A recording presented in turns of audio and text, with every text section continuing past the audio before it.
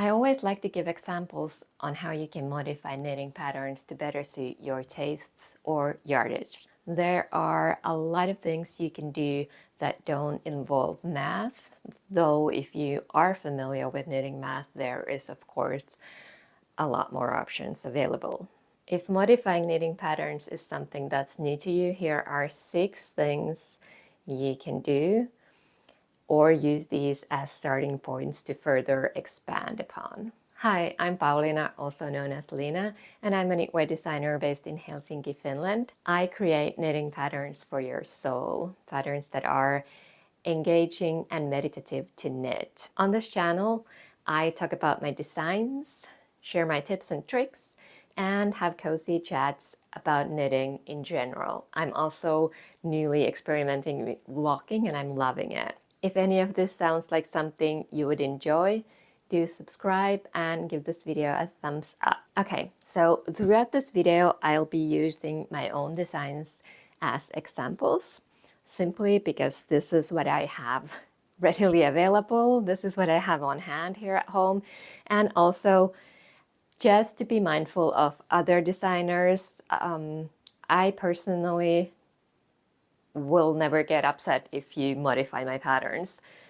And I'm sure other designers wouldn't either, but just in case. I mean, the whole point of this is that it's your knitting, your finished item, and it should be something that you love, that you enjoy both making and wearing or using. If I see someone has modified my pattern to, if they had more or less yarn, or if there was, if they just preferred a different type of design, I'm just happy that if I've been able to inspire you and help you in creating something that you love. All right, let's get started.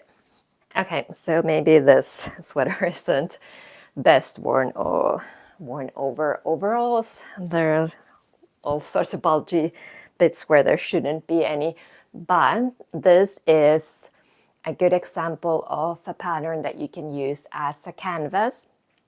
So you can leave stripes out or add them in. So you can view yarn as your paint when it comes to knitting. So this sweater has stripes, but if you just like the shape or want a simpler sweater, you can just leave the stripes out.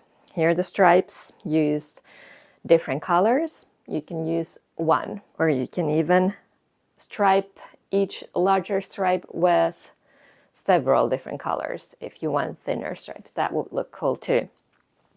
So this, I think, since this uses scrap yarn, and a lot of scrap yarn projects have the same idea, where it's quite easy to see the yarn and the different colors as your way of painting the sweater or the shawl or whatever it's you're working on.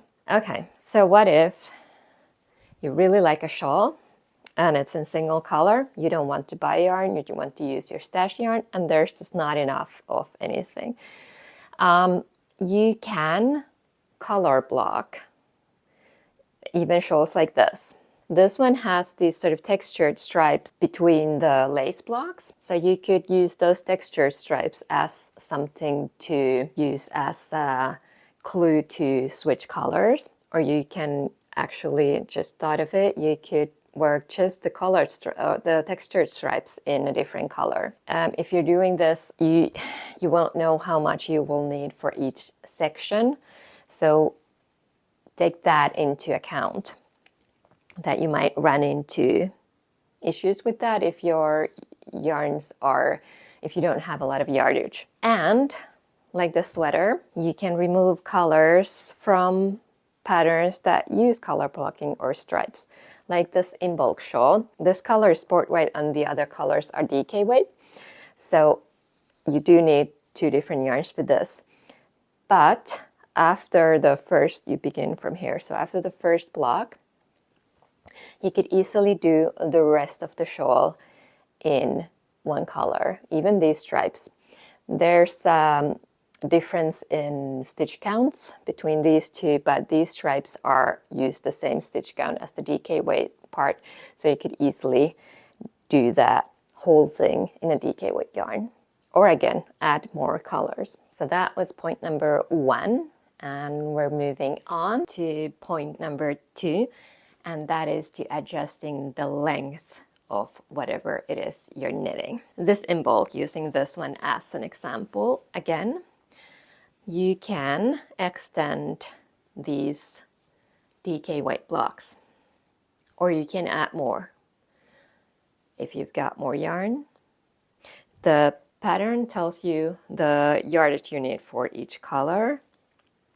So if you know you've got more of something, you can easily adjust. And this pattern does have a stitch pattern here. So just figure out how many rows the stitch pattern is. It's usually very obvious in the pattern. Once you've worked the required length, you will have figured out what it is that you are repeating. So just keep on repeating until you reach the length that you need or want. And the same thing, you can shorten the length as well. A good example for shortening the length is my Labradorite vest, which is in Soothing Stitches. So this one is a long vest that you start from the bottom of the back piece and at the bottom of the front piece. And there are slits and then armholes, of course. So you can adjust the length by simply working to the length where you want the armholes to begin. I had a test knitter for this that made it a lot shorter.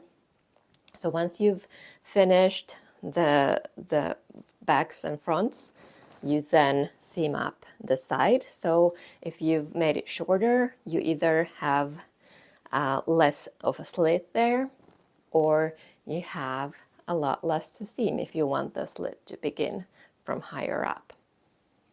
So you can also shorten patterns. This Sodalite top is a very cropped top, or a vest as well. You again start from the bottom, so you can easily just keep on working until you reach the length that you want. Of course, when you are adding more length, you need to remember that you need more yarn. You can even easily adjust the lengths of little things like hats. Again, figure out what the repeat is. For this fire dance hat, you repeat the smaller lace pattern here. So you can either leave a couple of those out if you want a really short hat, or you can work more of them if you want a slouchier, longer hat. Then there's the Amethyst cardigan, where you can alter the length of the body, similarly to what I went through with Sodalite.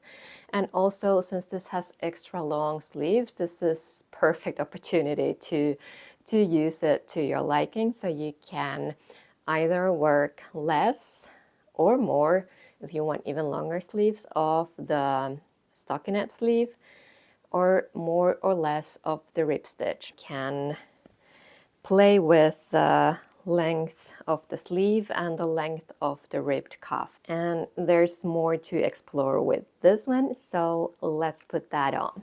Okay, so we've already gone through the adjustments for length of the body and of the sleeves. Now this next bit, the third item on my list of things you can do to alter your knitting patterns, is to alter the width and of the body and the sleeves as well. Now this is something you can easily do on items that are worked in pieces, where the sleeve stitches are picked up from the body, not for yoked sweaters. Those involve a little more math, so we're not going to go into that right now. But in a sweater like this that is worked in pieces, or, well, a combination of as one piece and separately. So this sweater is first worked as one piece for the body, and then the back and fronts are worked to the lengths. The shoulders are seamed, and then you pick up stitches for the sleeves. So you can technically not technically, you can pick up 2 different sizes for this one. You can look at the stitch counts for the width of the body that you want.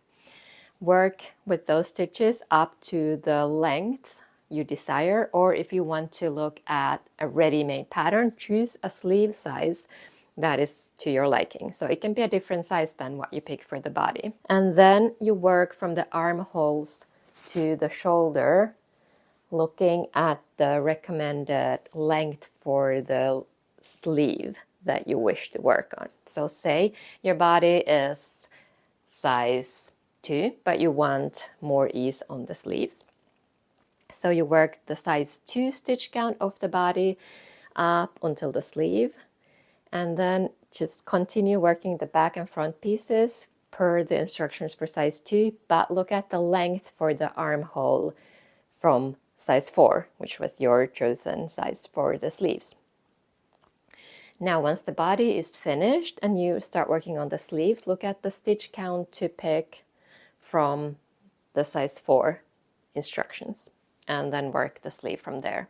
With this, where it's just stockinette, it's quite easy to just not even look at the stitch counts or the instructions that closely.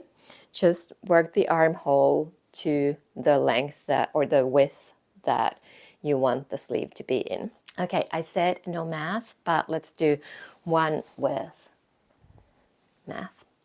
So, for example, with this hat, say you wanted a larger hat than what the pattern has, or a smaller hat, you can do a swatch. This is when you need to swatch. And make the swatch with the pattern repeat. So in this case, for the fire dance hat, it would be the larger lace chart. So once you've made your swatch, you can measure how much each repeat is, and then see whether subtracting or adding that will result in a size that's more suitable. Now for the fire dance, yes, this is quite a long repeat, so it might be too large or too small, but you can try.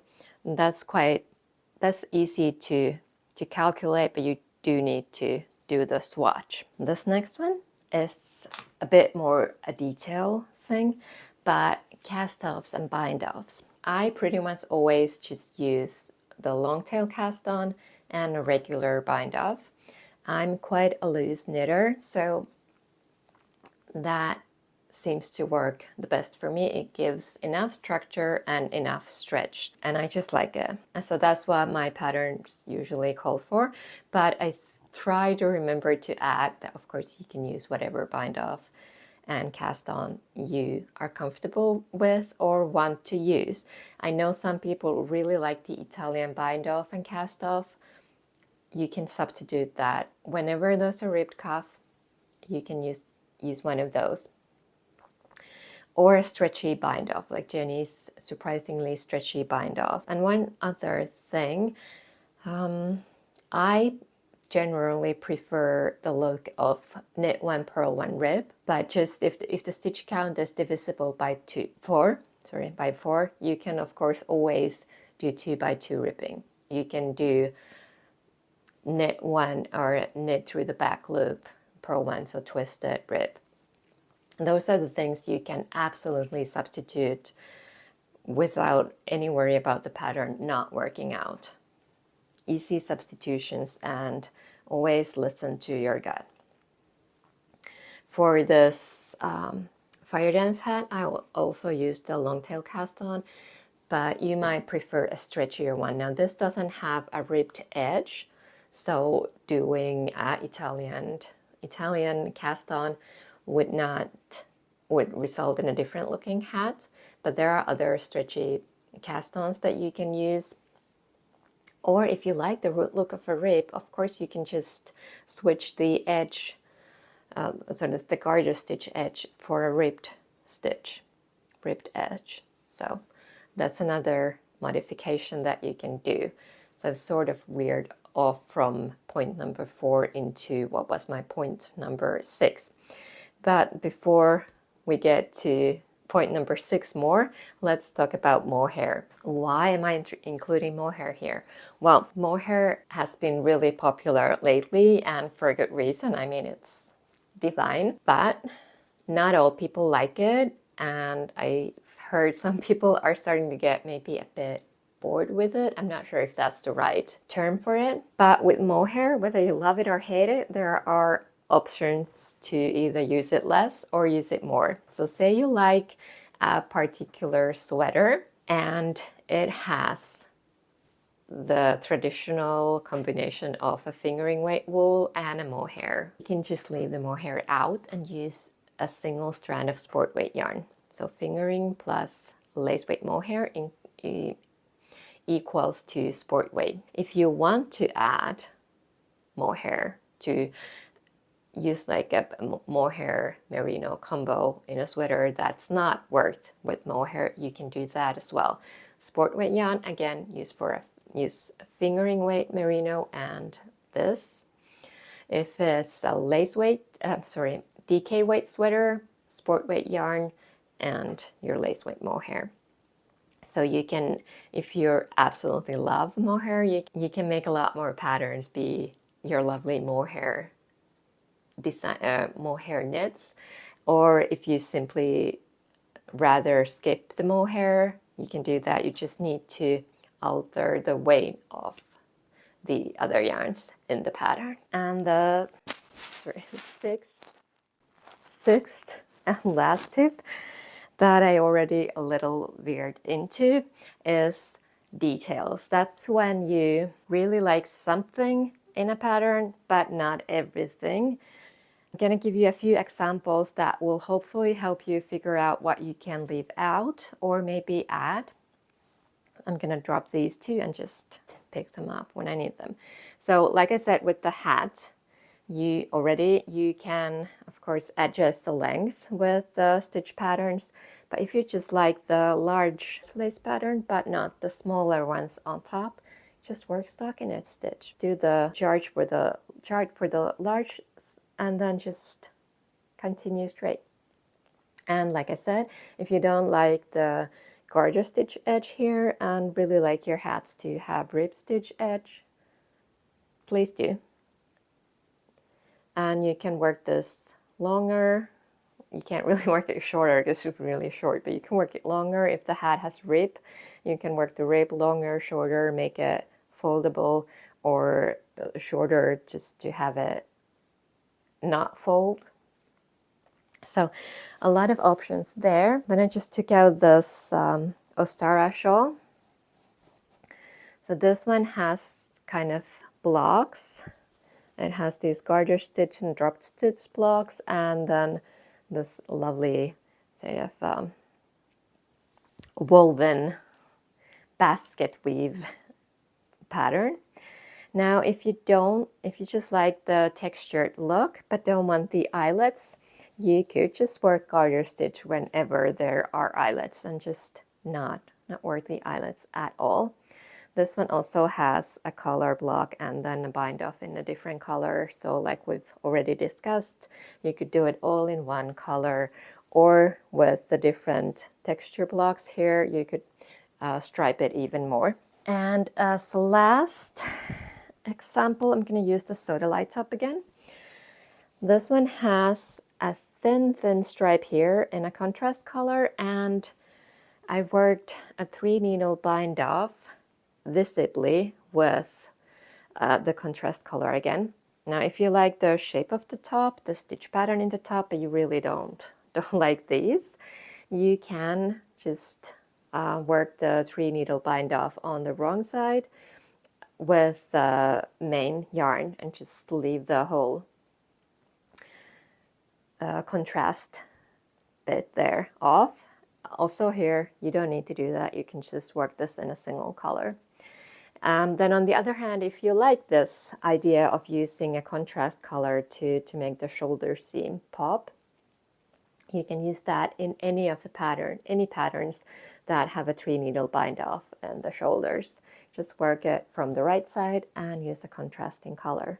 So you can add or remove details or combine details from one pattern to another and sort of create your own mix. I hope these 6 tips were helpful. Let me know in the comments if you've tried any of them, if you've got your own easy tips you'd like to share with others.